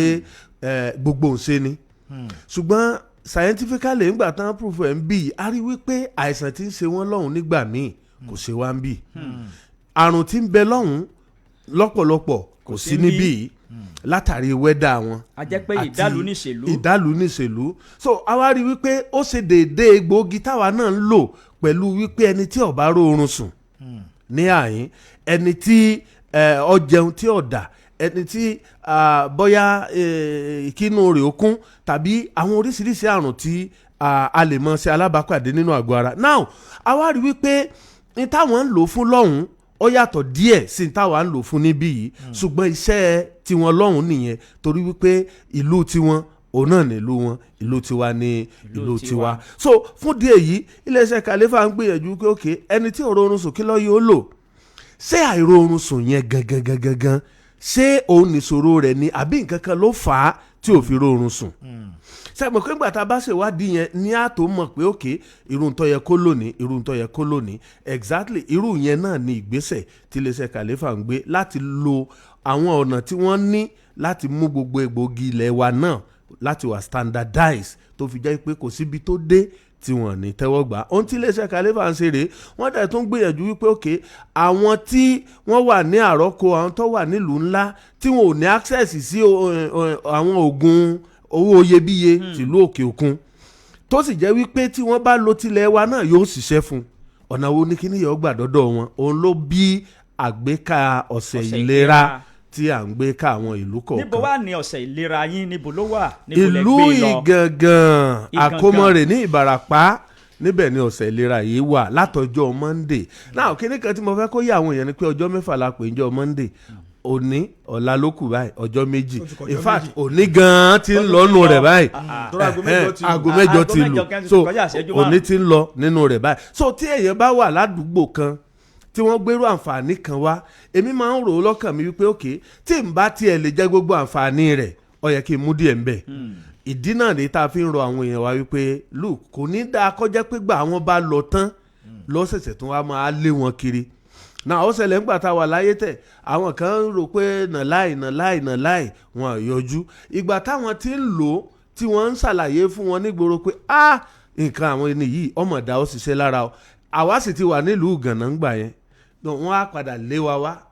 sílùú Gànà wọ́n padà fowó wọ mọ́tò wá etí ẹ gbé wá sẹ́nu ọ̀nà ilé wọn tó yẹ kí wọ́n kàn kírọ́ọ̀sì títì báyìí kàn rà kí wọ́n sì tún wá lo owó àti ẹ̀mí àti ara àti àkókò wọ́n sẹ̀ tó ló wá bá wa ní ìlú Ìgàngàn so mo ń rọ gbogbo àwọn tí ń gbọ́ wa ní gbogbo agbègbè tó rọ̀ mọ́ Ìgàngàn ẹ jẹ́ ká gbìyànjú ká yọjú sí ibi ọ̀sẹ̀ ìlera yìí pàápàá jùlọ mò ń tẹnu mọ́ àwa ọ̀dọ́ à ń lora wa lásán ni iṣẹ́ là ń ṣe àmọ́ wípé àlàáfíà jèrè iṣẹ́ téèyàn bá ṣe ẹ̀dá tí ó bá lálàáfíà kò sí tí ò lè ṣe kò dẹ̀ síbi tí ò lè lọ níjọ́ tó bá dá ẹ̀gúnlẹ̀ báyìí ni wọ́n mọ̀ pé òun ò ní èèyàn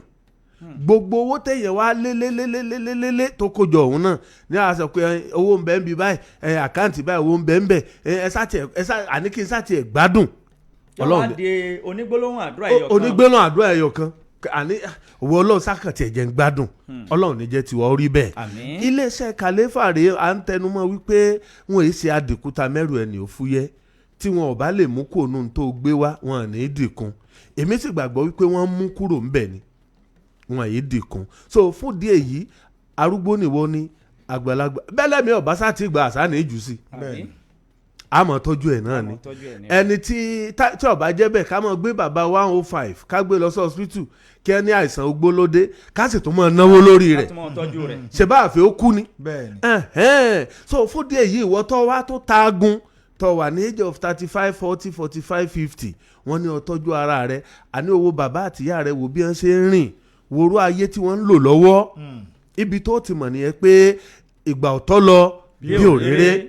so fún díẹ̀ yìí à ń gbà wá níyànjú gbogbo àrùn yòówù tó lè wà nínú àgọ́ ara wa ẹ̀já nígbàgbọ́ nú Ọlọ́run wípé Ọlọ́run ní máa wò yàn sàn ẹ̀dá ń gbìyànjú ni so tí Ọlọ́run bá wà ń wò yàn sàn téèyàn bá tọbi tí ó ti gba ìtọ́jú yìí lọ ńkọ́ ìbígbè yẹn tara rẹ̀ jẹ ni so nílùú Ìgàngàn town hall níbẹ̀ la wà lọ́wọ́lọ́wọ́ báyìí àwọn èèyàn wa ó ti wà ń bẹ̀ báyìí títí ọjọ́ aago 5 rọ̀lẹ́ ni wọ́n lákúrò ń bẹ̀. pẹ̀lú ọ̀sẹ̀ ìlera tí ń lọ lọ́wọ́ ìtorí ó ṣeé ṣe kẹlòmíì ṣẹ̀ṣẹ̀ máa gbọ́ yín èèlò gan ni wọ́n lè tọ́jú lọ́wọ́. yà ẹ ṣeun a ti ń tẹnumọ́ ṣùgbọ́n a lè rí ẹni tí ò tí ì gbọ́ wa tẹ́lẹ̀tẹ́lẹ̀ lóòótọ́ àti ní òdodo torí pé àwọn kan tiẹ̀ ń bẹ wọ́n láwọn èègbọ́ rédíò wọ́n ní àyèdà ṣé káwọn olóko káwọn òde àwọn ó sùn ní o nínú pé èèyàn sì ń gbọ́ rédíò ọ̀kan rèé ọ̀nà àbáyọ a máa wà èèyàn a máa kọ́ ẹ̀kọ́ ń bẹ̀ èèyàn a máa gbàmọ̀ràn ń bẹ̀ in fact ntẹ́lòmí ò rò pé òun lè rí a máa rí gbọ́ lórí rédíò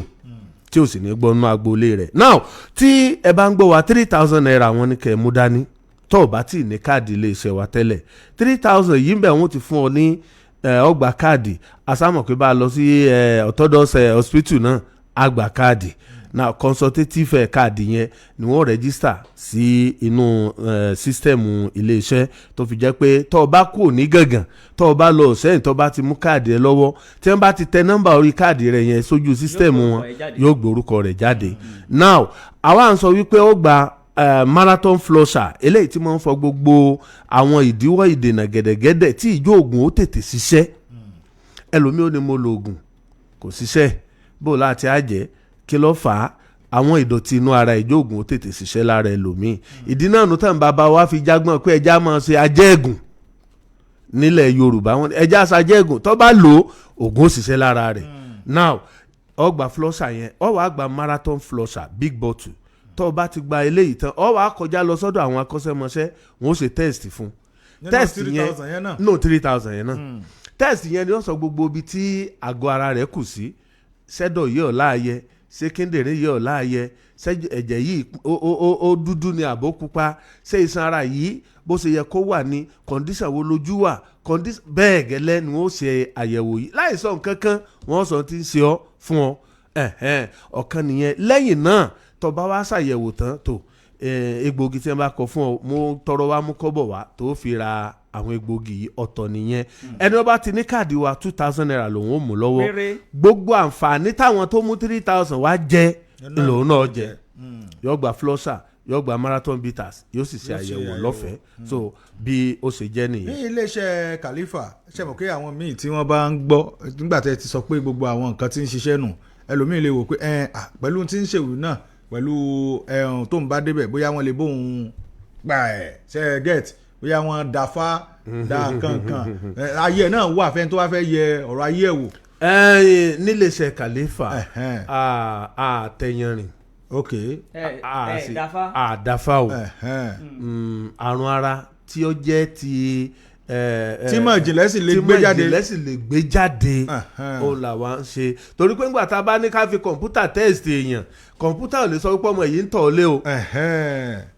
torí náà torí ẹnìkan pé ó ní ẹ̀dá kan ọmọ òun tọ̀ lé sókè wọn mọ̀ bọ̀ àwa ò ṣerú yẹn o ṣùgbọ́n tó bá jẹ́ pé ó ní nǹkan kankan tí èsè spiritual aspect tó ti yàtọ̀ sí spiritual tó yàtọ̀ sí spiritual pé nǹkan báyìí ló ṣe sẹ́mo kí ọmọ mi bẹ nínú àṣejù eré ó lè di lórúkọ tọ̀ ẹlòmíì ó lè jàjẹ jù àti irúfẹ́ oúnjẹ tó bá jẹ kó tó sùn náà iná ìlà tó fi ń sọ náà pé ọ̀pọ̀ àwa àgbàlagbà náà tá à ń jẹun late ìṣòro ní mú bá àgọ́ ara wa. even àgbàlagbà gan mí gan ìtọ̀gbọ́n ti fẹ́ sẹ́ ọ sáré wọ ibi tó yẹ kó tọ̀ sí ẹ̀yọ́ mọ̀ bọ̀ náà bí pé tiẹ̀ ń ṣeré lòun ọ̀ka sí lójú rẹ̀ yẹ yọmọ lálàá ni kò ní mọ̀ pé òun ti ń dami ara ẹ̀ sí orí nípa ọ̀rọ̀ oúnjẹ late yẹn fún àwọn àgbàlagbà mo fẹ́ jẹ́ ká sọ̀rọ̀ nípa ẹ̀ àwọn mímọ̀ rò bá kọlé ẹlòmíín ṣe tó wá sọ pé tí táìmù bẹ́ẹ̀ bá ti tó mi ìfẹ́ jẹun ẹlòmíì mọ̀ pé bóyá oge lèyàn fi ń ṣe. kì í soge o kì í soge o let's be sincere to ourselves tí èèyàn bá wà above 40 ó wá pẹ́ tán rárá àárọ̀ ẹ̀rí kò yẹ kó ń jẹ alẹ́ rẹ̀ ọjà aago 7 lọ. tó ti pẹ́ jù. pé ó pẹ́ tán rárá àárọ̀ ẹ̀rí kò yẹ kó ju aago 7 lọ ẹ̀sà tó bá ti ju aago 7 lọ wàhálà ìyún èso oúnjẹ mọ́ kì í so oúnjẹ mọ́ ó ti di májèlé etí ọ̀wà májèlé ni cholesterol ní wàá máa form ìgbà yẹn ẹni tí ò ní diabetes á máa ní. now ká jẹun tán mo sọ lálẹ́ àná náà kéèyàn jẹun tán láàrin ìṣẹ́jú tó jẹun tán ìṣẹ́jú kan tó yọwọ́ nú oúnjẹ kó dìde kó tún sáré lọ ta kó lọ mọ́ ṣe nǹkan míì is very very dangerous for our body system. so téèyàn bá jẹun téèyàn gbúdọ̀ rest sára. ó kéré tán ìṣẹ́jú 5 kéèyàn fi rest sára. kò fi rest sára oúnjẹ yìí ó wá bí sọ̀kalẹ̀ sí kì í kàn ṣe wípé mo jẹ tán mo dìde fúyà mo tún gbọ́ kọ́ mò ń roko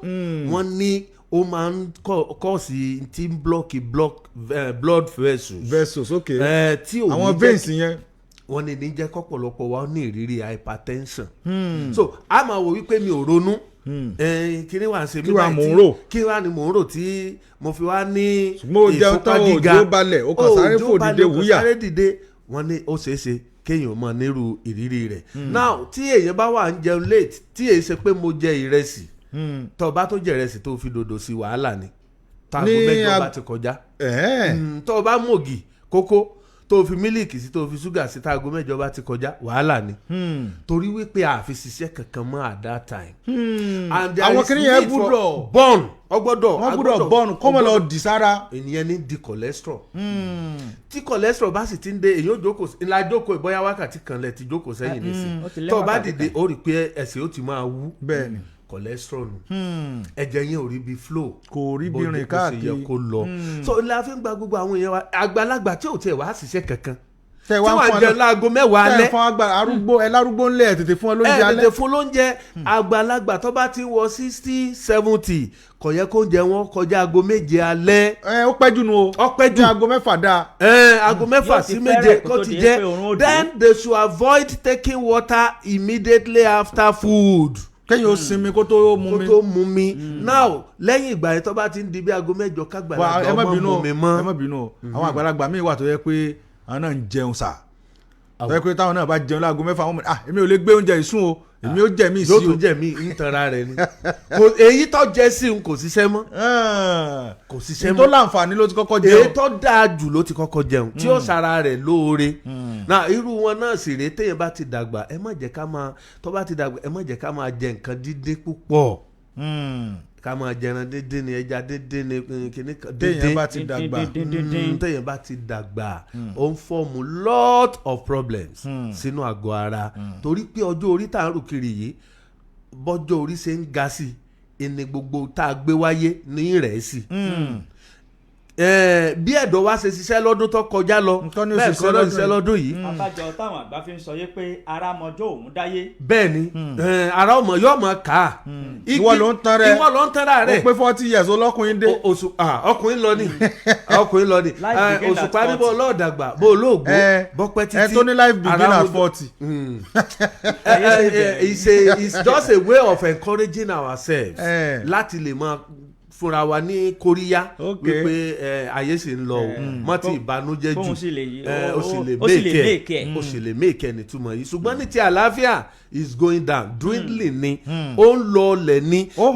yóò máa hàn lára gan. yóò máa hàn now obi òní nìsín òkè bóyá ó ti ń gun òkè méjì ó lè máa ṣe 2 sọ̀mù bí ọdún méjì mẹ́ta sẹ́yìn 3 sọ̀mù. ẹ̀yìn tí ẹ ṣe rí. mo ń wí ní 10 ni. ok ṣe 5 sọ̀mù. 10 mo ṣe ó sọ ẹ pé tọ́ba máa di in the next 5 years ní ìsìnkú tó bẹ́ẹ̀. bóyá half sọ̀mù ni ó mọ̀ sí. tọ́ba lóun ó ṣe 3 sọ̀mù gan sọ̀mù gan ni ó sọ fún wípé o ti sọ̀mù ọ̀pọ̀ ara rẹ̀ mọ̀gbẹ́lẹ̀ ọ̀gbẹ́ni dẹ̀díẹ̀ kọ̀sáyé sọ́ọ̀mù mọ́ ìdínú tá a fi mọ́ ẹlòmíì éèjì tó dé ó ti determine bí àgọ́ ara rẹ̀ ṣe wà you don't need to trouble yourself. ládàmú ara ẹ mọ́. aging fúnra ara rẹ̀ ó ní tí ọmọ mú wá ní àwọn science wa sọ fún wa wípé tó bá ti dé máa wo tó bá close to 40 téèyàn bá jẹ́ni tó máa ń fura àwọn àìsàn ká máa ṣe èèyàn dáadáa. when you are going to 40 tó bá approach 50 àwọn àìsàn kan ó ṣe èèyàn when you are approaching 60 ẹlòmíì ò lè escape ẹ o nírú àwọn àkókò yẹn o ìdínú tó fi jẹ́ pé èèyàn gbọ́dọ̀ máa ṣe ìtọ́jú ara rẹ̀ torí kíní yẹn wà naturally ni. wọ́n ní kankan ò ṣe àjọṣeré lánàá. naturally ni yóò kàn wá. So when you are approaching a kind of a decade tó bá ti ń jẹ́ 10 yẹn kéèyàn máa kíyèsí ara dáadáa spiritually kọ́ o scientifically là ń sọ ogun ayé kọ́ ogun ayé kọ́ ẹlòmíràn máa sọ pé àìsè 50 ilé wa wọ́n sọ fún ọ bẹ́ẹ̀ nǹkan tí ń ṣe ọ́ lò mójútó bẹ́ẹ̀ ni torí wípé òkè ẹja sọ ní ìsìn ó ti common ní ìsìn tọ́jà pé energy drinks làwọn èèyàn ń mu jù ní ìsìn wọ́n ní ìmọ̀tí kò mu bíà lóòótọ́ ṣùgbọ́n energy drinks ti mu ó burú ju bíà lọ. ìtẹ́yìn sọ pé ẹ̀ ń mu pé tẹ́ bá mu kíní ẹ̀ ní sùn yóò mọ̀ ní kódà mo lè mu mẹ́tẹ̀ ẹ̀ lálẹ́ máa sì tún sùn. ẹ̀dọ̀ rẹ̀ ń gbà sára lọ́wọ́ tó bá yá òróǹro tí ń bẹ lára ẹ̀dọ̀ yóò dá sẹ́lẹ̀ kò ní lágbára mọ́ tí ò ní lágbára mọ́ tó òróǹro báyìí ti dá sẹ́lẹ̀ nǹkan dé. ọlọ́nu kidney transplanting wà mi ti rò pa rí liver transplanting tí liver bá ti níṣòro ibi tí ó ti kọ́kọ́ mọ̀ ní pé ìtọ̀ tí ó máa tọ̀ yóò mọ dágẹ́dẹ́rẹ́ ni kìí ṣe pé yóò pọ́n kò ní yẹ́lò yóò fẹ́ kò ní jọ reddish blackish and whatever colour yóò sá dojúrú tí ó dojúrú irú ẹni yẹn yóò kàn rí pé lẹ́ẹ̀kọ̀ọ̀kan láti inú yóò rẹ̀ wá láti inú ojú rẹ̀ ó wá sú á dàbí pé kó ṣubú kíní yẹn ti setting nu àpọ̀jù rẹ̀ ní kíní tá à ń sọ yìí gan tí ẹ sọ pé wọ́n mu yìí tí èèyàn bá ti mú débì kan gbà mí àyà ó mọ̀ ṣiṣẹ́ lẹ̀ yóò dàbí gbàgbé pé wọ́n ń da ẹ̀sẹ̀ kan bò iye transfusion of blood tó yẹ kí ọkàn fi ṣiṣẹ́ ọjọ́ kan láàrin wákàtí kan ni ó fi lò so many people don't know as tí ọ̀lì tó bá ń gbé ọkọ̀ travel tó ń gbé ọkọ̀ travel tí o bá sáfìsì rẹ̀ láàrin àwọn olóyìnbó wọn ní the number of kilometres tọkọ̀ bá travel lẹ́ẹ̀fi sáfìsì rẹ̀ tẹ́ẹ̀fi jọ ọ́ìlì rẹ̀ but àwọn akẹ́gbàgbọ́ pé tóṣù kan ọ̀bá ìpè èyí lè sáfìsì rẹ̀ whereas you are killing the engine torí pé ọ́ìlì yẹn ò ní àtẹ̀mọ́ bẹ́ẹ̀ gẹ́lẹ́ ni ẹ̀jọ̀ ẹ wá ṣe rí nínú àgọ́ ara ẹ̀jẹ̀ tó o lò láàrin wákàtí kan torí pé o mu àwọn kinní tá à ń sọ yìí iṣẹ́ tó yẹ kó o fi ṣe láàrin oṣù kan nu ó ti gbẹ̀yẹ. ẹ jẹ́ ká dé òkè lọ́hùn-ún ìgbà tá a bá padà dé àtúmọ̀ àtẹ̀síwájú. olùgọ̀gọ̀ ẹ̀kọ́ àmójúbọ̀sẹ̀ ìlera tá a ti fojú sọ́nà fún o. àgbálẹ̀ iṣẹ́ ìṣègùn bílẹ̀ ni Khalifa Abbas therapy ló ń fẹ́ kí gbogbo wa wà lálàáfíà. ẹ ti mọ̀ wá látọjọ́ tó ti pẹ́. ilé iṣẹ́ tó ń ṣàjẹ́ bí ìdóògùn bílẹ̀ ni marathon extra bitter tó gbàdúgbàgbòrò lásìkò yìí. marathon ni mò ń sọ. tó tóun tẹ́ bá fi lò ó ní òṣòro iṣẹ́ tí ó ṣe lágọ̀ọ́ ara yín. gbogbo ẹni tó láìsàn ẹ̀jẹ̀ ríru ẹni tí ò lè sunrun àsùndọ́kàn ẹ̀gbẹ́ orí tí ń fọ́ni obìnrin tó ń rí nira lásìkò kó àlejò ọmọkùnrin tó fẹ́ dúró tó wakọ̀ délẹ̀ lérí lọ́dún olólùfẹ́ marathon extra bitter ní gbogbo èèyàn gbẹlura. ó yá níbi ọ̀sẹ̀ ìlera yìí o láti mọ irú oògùn tẹ́ ò nílò pẹ̀lú owó péréte. ọjọ́ 11 oṣù kẹjọ yìí la ó bẹ̀rẹ̀ August 11 títí di ọjọ́ 16 oṣù kẹjọ August 16. ìgangan town hall lọ́sẹ̀ ìlera yà á ti máa wáyé 3,000 naira láwọn fi ṣòwò káàdì inú ẹ̀ la ó ti ṣàyẹ̀wò fún yín táwọn fún yín ní marathon extra bitter àti marathon flusher tó ń fọ gbogbo gẹ̀dẹ̀gẹ̀dẹ̀ ìdọ̀tí ara dànù. ẹ̀yin tẹ́ ẹ bá ti ní káàdì wa tẹ́lẹ̀ 2,000 naira àtọwọ́ tẹ́ fi rògùn ní kẹ́ ẹ mú dání o. nọ́mbà yìí ni ẹ máa pè 09069234633 Khalifa Abbas therapy ló pé àìsàn òṣè ṣayé o. àmì àṣẹ Ìdùmarè àìsàn kò ní í ṣe wá bẹ́ẹ̀ ni ẹni tí ó kàn wá kò ní kàn àmì nìkan ọ̀ràn o ìyẹn gbọ́dọ̀ gbé ìgbésẹ̀ ni o aṣojú ilé Khalifa Abbas therapy pé àwọn ẹ̀rọ ìbáraẹnisọ̀rọ̀ tó ṣe kókó káwọn èèyàn lè mọ̀ bí wọ́n ṣe bá yín sọ̀rọ̀. àdúpẹ́ ẹ̀yin tẹ́ ń gbọ́ wá lé mo ti máa ń sọ ẹ̀kọ́ nọ́mbà alẹ̀ torí ọjọ́ kan òjò ọjọ́ kan ọ̀dá làá fi kọ́lé bì kan tá a rẹ́ǹtì lébò mi ìjọ téèyàn ò ní ìdí rẹ̀ yẹn lè mọ̀ kọ́ wá sẹ̀ mọ́ wẹ́ni tó pè kiri wàhálà ní máa jẹ́ ẹ̀kọ́ lẹ̀ láàárọ̀ yìí o 090 69 23 46 33 090 69 23 46 33 gbogbo ìbéèrè àtàlàyé tẹ́ ẹ bá fẹ́ ẹ pè wọ́n kẹ́ ẹ béèrè gbogbo ohun tí ẹ bá rò wípé ẹ ó kẹ́yìn ti ré gbòógì yìí ẹ ti lò ó dáàyè kan ẹ wá tún rí àwọn ìrírí kan ẹ pè wọ́n kẹ́ ẹ ṣàlàyé fún wọn ọlọ́run bá mi kò ní fàìsàn sẹ́ni kọ̀ọ̀kan wa ṣùgbọ́n ẹ mọ̀jà dákẹ́ ara ẹ̀já jáde láti dìyàn ìdìkó gbogbo ẹ̀ ẹlẹ́kọ̀ọ̀kan ọ̀fẹ́ 2D abakarimu 2D ọ̀fẹ́gun abatapa abúlé tapa tó yí o ẹja pàdé ní táwọn ọ̀lọ́ ìlú gangan ọlọ́run bá mi yóò ṣe dáadáa fún wa Adémọ́lá Alábí náà ń bọ̀ gangan láàárọ̀ yìí o ẹ mọ́ retí mi gbogbo ẹ̀yin tí wà ń bẹ̀